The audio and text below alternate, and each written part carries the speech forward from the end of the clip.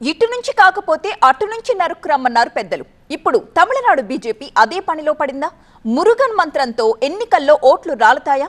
నడిచేది హిందూ మున్నాని, మరి నడిపించేది బీజేపీనా? కార్తికేయుడు భక్తుల్ని ఏకం చేయడం వెనుక ఎన్నికల వ్యూహం ఏదైనా ఉందా? మురుగన్ మహానాడుతో తమిళనాడును చేజిక్కించుకోవడానికి పాములు కదుపుతోందా? తమిళ సినిమాకు రజనీకాంత్ సూపర్ స్టార్ అయితే తమిళనాడు దేవుళ్లలో సూపర్ గాడ్ సుబ్రహ్మణ్యేశ్వర స్వామి లేదా మురుగన్.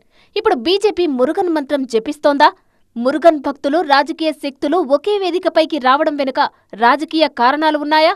తమిళనాడు అసెంబ్లీ ఎన్నికల వ్యూహంలో ఇది బీజేపీ వేస్తున్న హిందుత్వ మంత్రమా? స్వామి భక్తులను ఏకం చేసి హిందుత్వ నినాదం వినిపించబోతుందా?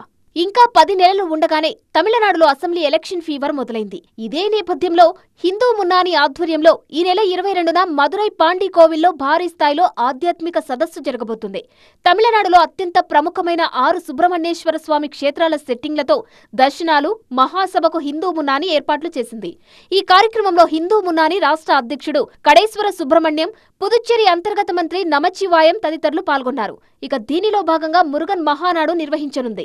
రాష్ట్ర వ్యాప్తంగా అన్ని పార్టీలో ఉన్న మురుగన్ భక్తులంతా ఏకతాటిపైకి రావాలని ఆ సంస్థ పిలుపునిచ్చింది.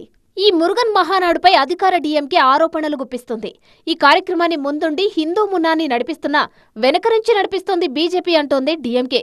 ఇది పూర్తిగా రాజకీయ ప్రేరేపితమంటోంది అధికార పార్టీ. అయితే ఇది పూర్తిగా ఆధ్యాత్మిక కార్యక్రమం అంటూ కౌంటర్ ఇస్తోంది బీజేపీ. భక్తులకి ఒకే సమయాల్లో 6 పుణ్యక్షేత్రాలు దర్శించే అవకాశాన్ని ఏర్పాటు చేస్తున్నాము. మరియు ఈ యొక్క సందేశాన్ని మీరందరూ ప్రతి ఒక్కరికి తెలియచేయాలని చెప్పి కోరుకుంటున్నాము. అయితే మొన్న మధ్య మదురై టూర్కి వెళ్లిన కేంద్ర హోంమంత్రి అమిత్ షా దీనిపై చర్చించారు. ఇక ఈ కార్యక్రమానికి సంబంధించి అన్ని రాష్ట్రాల ప్రముఖులకు ఆహ్వానాలు పంపుతోంది బీజేపీ నేతలే కావడం గమనార్హం. ఈ మురుగన్ మహానాడుకు రావాలని AP deputy CM Pawan Kalyan కి కూడా ఆహ్వానం అందింది. యూపీ సీఎం యోగి ఆదిత్యనాథ్ కూడా ఈ కార్యక్రమానికి తరలి వెళ్లనున్నారు. దీనికి తోడు గతంలో తమిళనాడు అసెంబ్లీ ఎన్నికల సమయంలో వేల్ యాత్రతో బీజేపీ కొంత లాభపడింది.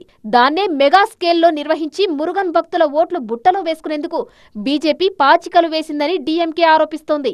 తమిళనాడును చేజిక్కించుకోవడానికి బీజేపీకి మురుగన్ మహానాడు దారి చూపిస్తుందా?